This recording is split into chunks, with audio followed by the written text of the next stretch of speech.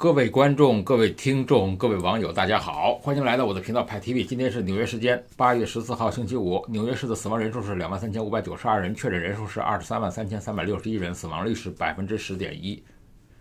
纽约州的死亡人数32787人，确诊人数427895人，死亡率是7.66%。全美国死亡人数是168621人，确诊人数5320149人，死亡率是3.17%。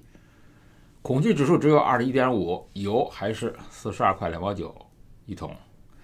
黄金是1960美元一盎司。那么小麦、大豆和糙米的价格比较稳定，牛肉的价格还是在高位盘整，瘦肉猪的价格也涨起来了。人民币对美金的兑换率是6块9毛9兑1美元。马化腾承认那么如果没有芯片的支持，那么移动支付就是在开玩笑。余承东坦白说这个华为的麒麟晶片没办法生产，那么华为的手机业务很困难。广大的网友为之操碎了心，有人说要找张维为解决，有人说要找陈平教授解决，有的说要找金灿荣解决，找战狼解决，有希望找胡锡进去扛着核弹去解决，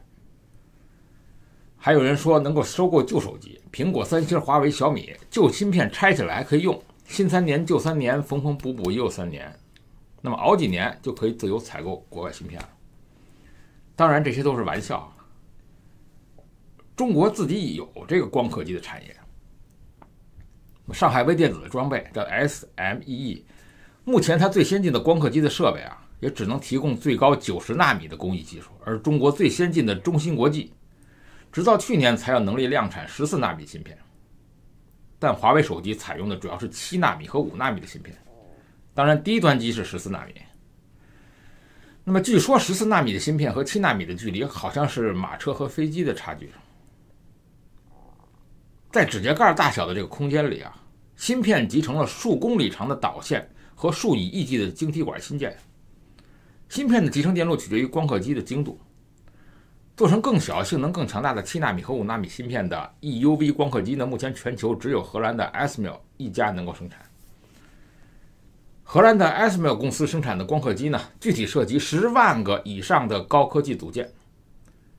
而这些组件来自于全球许多个国家和地区的企业。很遗憾的，这些高科技含量的组件呢，没有一件来自中国的企业。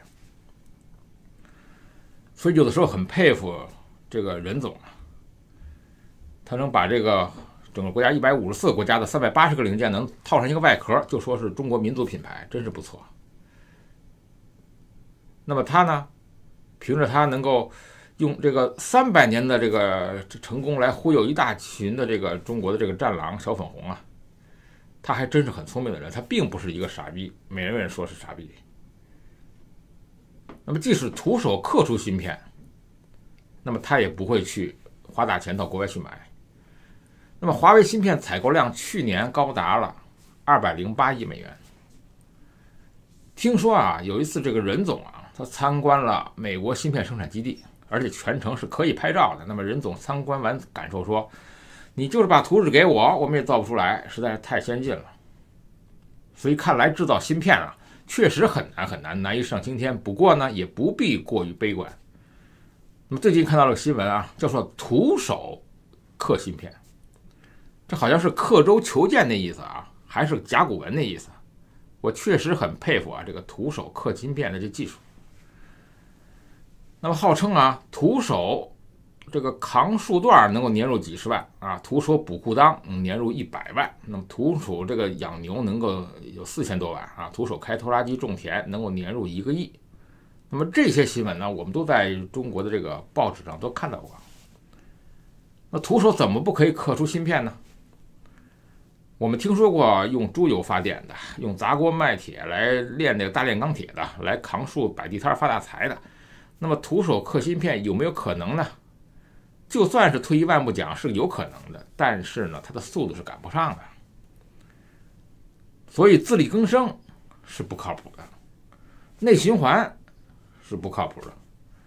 那么总有一天中国能生产出7纳米的光刻机，造出真正的国产高端手机呢？不过到那个时候很可能是10年20年以后了。所以目前为止，我看到中国的种种的新闻，有的时候是真的是感到很滑稽和很可笑。像种种徒手发明了这个刻芯片的技术，那么真的是一个人一个人去刻吗？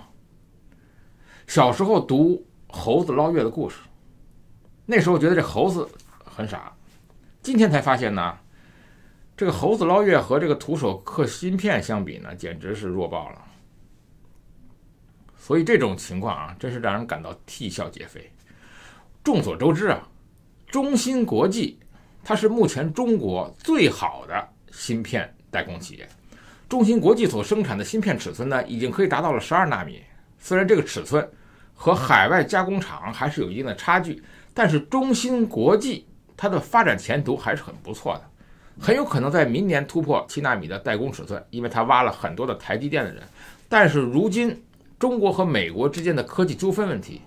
美国商务部对外强调，即使使用美国的技术给华为公司进行代工，就会受到美国的制裁。如今美国的霸权主义已经展现得淋漓尽致，一点都没有掩饰和挥霍着世界霸主的地位。所以如今美国的举动呢，已经从侧面看出华为研制的 5G 技术已经给美国科技造成了很大的威胁。如果不及时的遏制华为的发展，那么以后华为公司的科技力量将会威胁到美国的实际利益。上个月的时候，中芯国际市值突破了6000亿大关，但是中芯国际的总裁随后就对外宣布，在9月14号以后，中芯国际停止为华为公司代工芯片，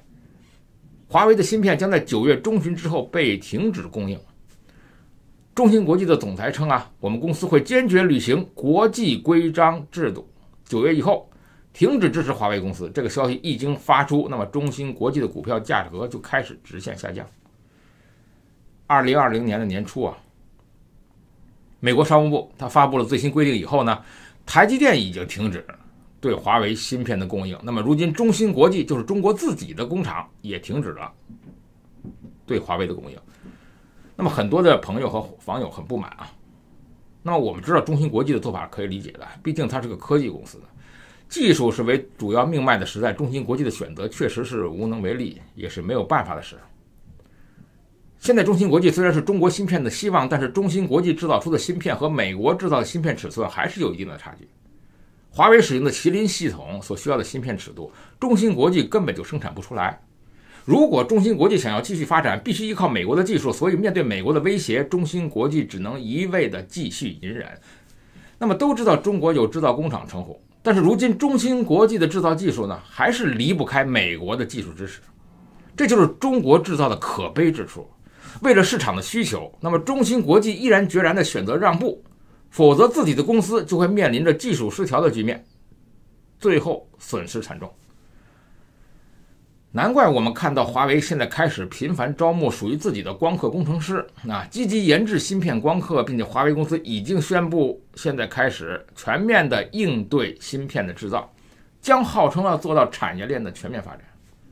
所以华为开展了天才招募计划，最近一段时间内啊，它开始与各大高校频繁接触，说明了华为已经看清了这个当前的局势。那么让我们拭目以待吧。我们知道联合国的卫生组织啊，这个 CDC 和美国的 CDC 呢，它的运作上下呢，它不是上下级的关系，而且美国的 CDC 的权力呢大得多。美国在二战后不仅仅是在军事上，它靠着100多个这个军事基地和10个以上的航母战斗群游弋大洋而称霸全球，在其他领域也一样。就传染病来说啊，任何国家啊，哪怕跟美国没有外交关系，只要发现了传染病疫情，当天必须向国际 CDC 和美国汇报。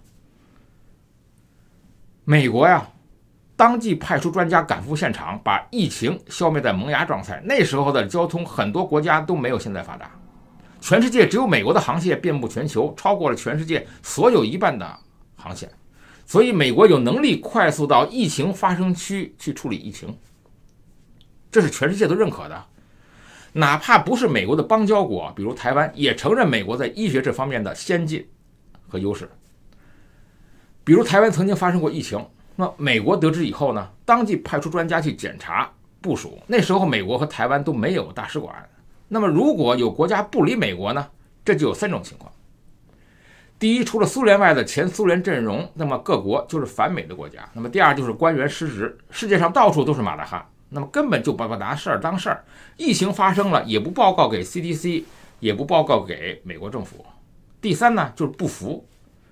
服美国的，而且是想取而代之，想当新霸主的。那么在冷战时的苏联和今天的中国在 SARS 的时候隐瞒疫情，它不是欺骗国人，而是不想通知美国去检测。美国得知后不得不派科学家去香港取样，然后得到了 SARS 病毒，第一个完成了 SARS 病毒的分离和测序。这就很可能导致美国要严惩这个中共。那么中国呢，当然把一个市长一个部长给他撤销了啊。那么这次新冠病毒啊情况很不一样，就因为 SARS 的传染性比新冠病毒小太多， SARS 呢也就当时没有引发美国的大量感染和死亡。那么从国际政治角度来说呢，美国的霸主地位呢是不容挑战的。隐瞒疫情，那么如何定性？这是个很大的问题啊。那就是说，有医护人员感染了，当然是人传人的证据，那必须在同一天内通告美国。那不论什么原因导致疫情，美国会当即派出专家到现场。可是这次武汉海鲜商场都被清理了，等着中国知道了去那里的人有得病了，而没先通知美国派人去查看然后清理，这在美国眼里它就是隐瞒了疫情。那么作为旁观者，那么你如何解读这个双方的看法呢？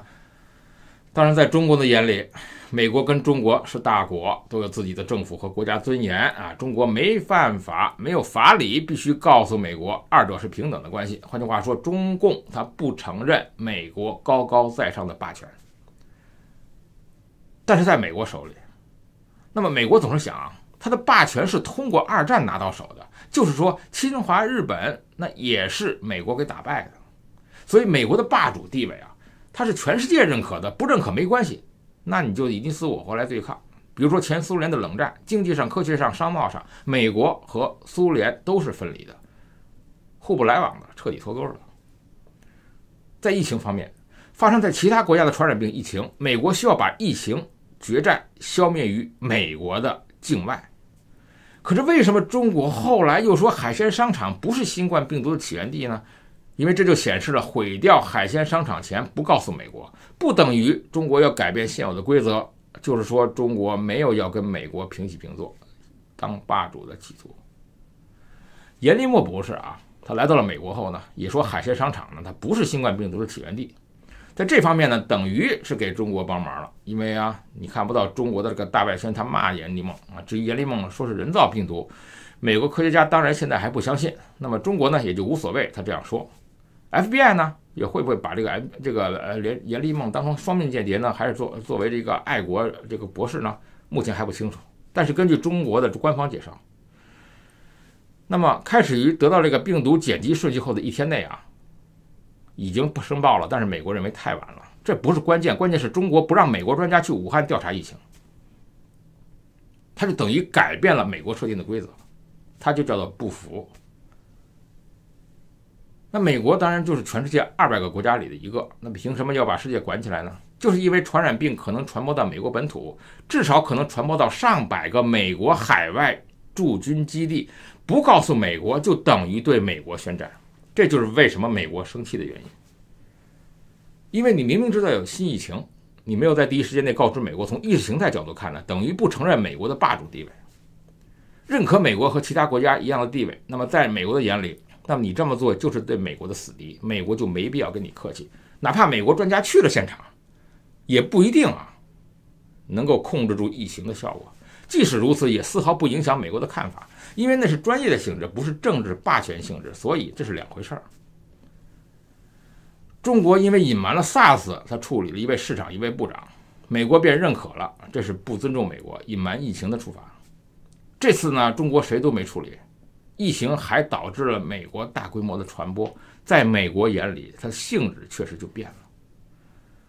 那中国再表白中国没有挑战现有规则的企图，没想挑战美国等等，已经不被美国信服了。这是因为是第二次了。上次没让美国去啊，这次还是不让去，等于带头挑战了世界的现有规则，不承认美国和其他国家的地位是不同的，那么高高在上的霸主。也就是说，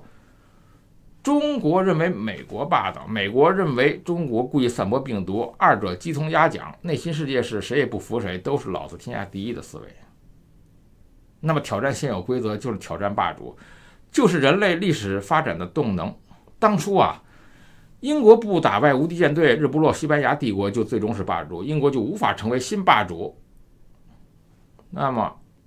成功了便是新霸主，失败了得到胖揍，就没有第三条路可走。人类社会的发展不存在永远的不挑战霸主的事儿，